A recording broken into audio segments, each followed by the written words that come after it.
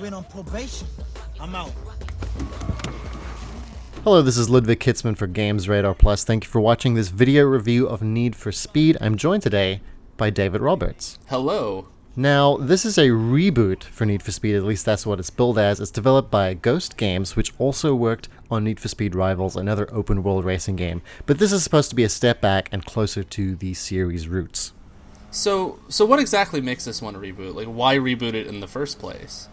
Well, I think it's because you spend a lot more time with individual cars. The first game had a very limited selection of vehicles. This one obviously has a large selection, but you're encouraged to spend more time with individual vehicles and actually upgrade them as you go and learn to love them. So you've got your Mazda MX-5s, Subaru BRZ, lots of BMWs. There are loads of exotic cars, but you'll find a favorite, like I did in the GTR from Nissan.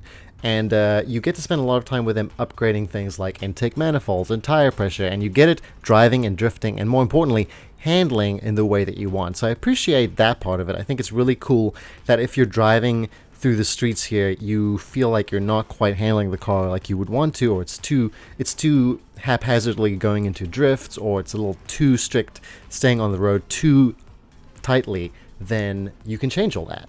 So how does the driving work? You know, driving is obviously the most important part of a racing game. How does that feel, in comparison to other Need for Speed?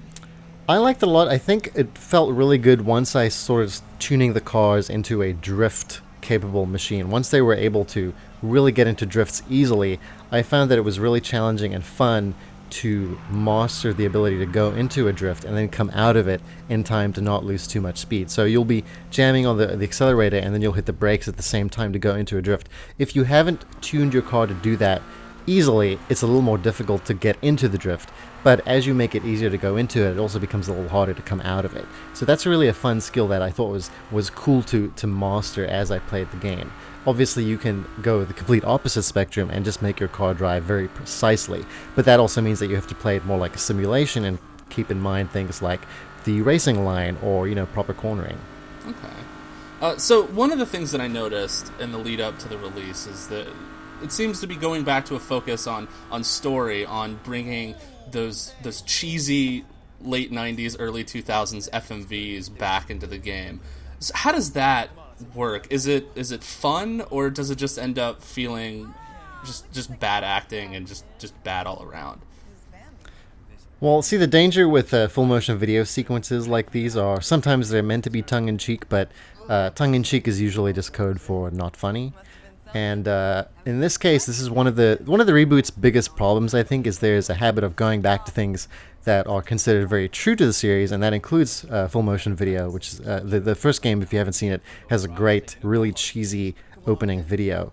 And going back to it for no reason other than it was in the original sets you on a bad path. And I think in this case, the cutscenes that they've come up with here are beyond anything just annoying. The first part of the game has you driving to various locations nonstop to watch cutscenes, and while they are characters, they're not really written in a way that gives them personality or progression as the story goes. They're really just there to give you different kinds of missions to the point where their names don't even matter. And when they discuss each other, or when they discuss cars, it's just like this lingo soup that feels like it was cooked up by an executive who had watched all of the Fast and Furious movies, but didn't get that those movies are interesting because they develop into really over-the-top action movies and they have very diverse casts. This is a super whitewashed, boring sequence of cutscenes that we get in this game. And it really feels annoying just having to drive to certain places to watch one of them, because it feels like a waste of time. Like, they're not entertaining. That's the worst thing. They're just boring. Are the missions at least fun to do? Like the missions that they give you to explore this world? They are and they aren't. I mean, I think they just exist to give you a little direction in terms of which events in the open world you should pursue. All the missions in the world are composed of things that you would get on the open world. You could just select an event and do that on your own, but the mission gives you a little driving force to get there. Now, the structure is fine. It does get you to do a lot of different events. There are mostly drifting events, drift challenges. There are Gymkhana challenges. There are sprint races, things like that. But the conveyance of that through these cutscenes is pretty annoying. And what's even worse is that all of the characters constantly pester you on the phone. They keep calling you, even when you're in a really hazardous race, to tell you, hey, that was really cool, you should go to this other place now because there's another race going on there. That stuff could just be conveyed somewhere else, and it's a kind of heavy-handed, annoying personality that nobody would believe in the real world. What about Travis? Not sure. So the last game, Need for Speed Rivals, had a pretty huge online component. Is this one online as well? Does it use it in an interesting way?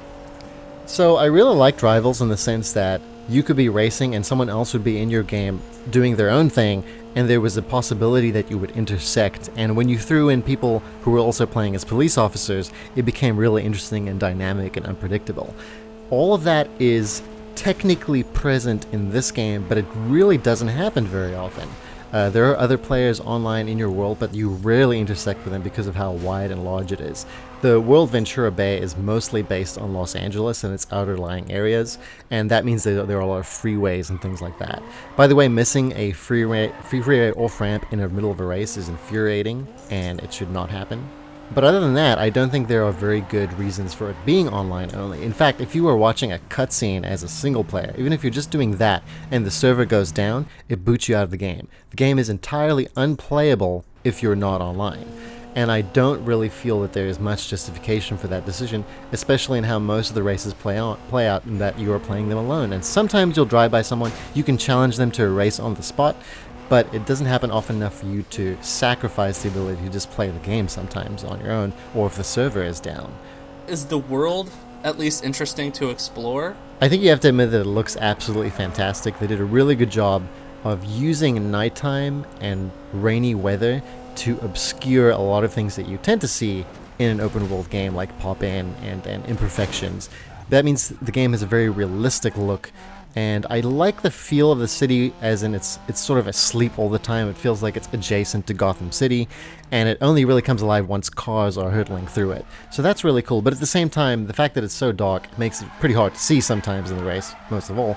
But it also means that it's not as memorable, and it's kind of hard to get the layout of the city memorized just by naturally driving through it, as you would in Need for Speed Rivals. So I like the feel of it, but it's just not as effective, I think, as an open world. And for the most part, it has way too many freeways, and like I said, that leads to issues like having a race that goes over a freeway with one off-ramp off of it, and if you miss it, there's no recovering from it. And again, once it's online only, you cannot restart an event, you cannot pause.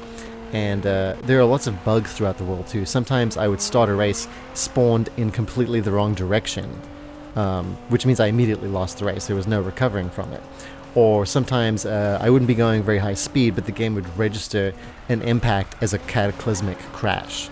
So that and like constant hitching throughout the game, I wasn't very impressed with the performance of the world, but I like the atmosphere of it. Okay, so all told, what is your final verdict on Need for Speed? I mean, overall, I would say I appreciate the fact that they wanted to go for a reboot. They wanted to go for putting it back in line with the spirit of Need for Speed. But I think that alone is overvalued, and they didn't really consider what aspects of Need for Speed are still impressive nowadays. What part of that is still giving you something that you can't get in other games. So I like the fact that you spend more time with cars, that you upgrade them, but the game's overall structure kind of feels outdated, and weirdly enough, it feels like a major step back from Need for Speed Rivals. And a lot of the new stuff, like the open world, the fact that it's online only, the cutscenes with all these annoying characters that constantly call you, it doesn't feel worth putting up with. Like, none of these new features feel like they're justified.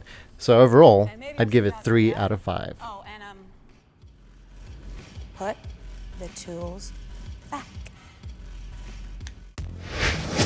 Alright folks, thanks for watching, and if you want to see more great GR Plus videos, well, our YouTube page is right over here, and if you want to get your READ read on, the GR Plus website is right over there.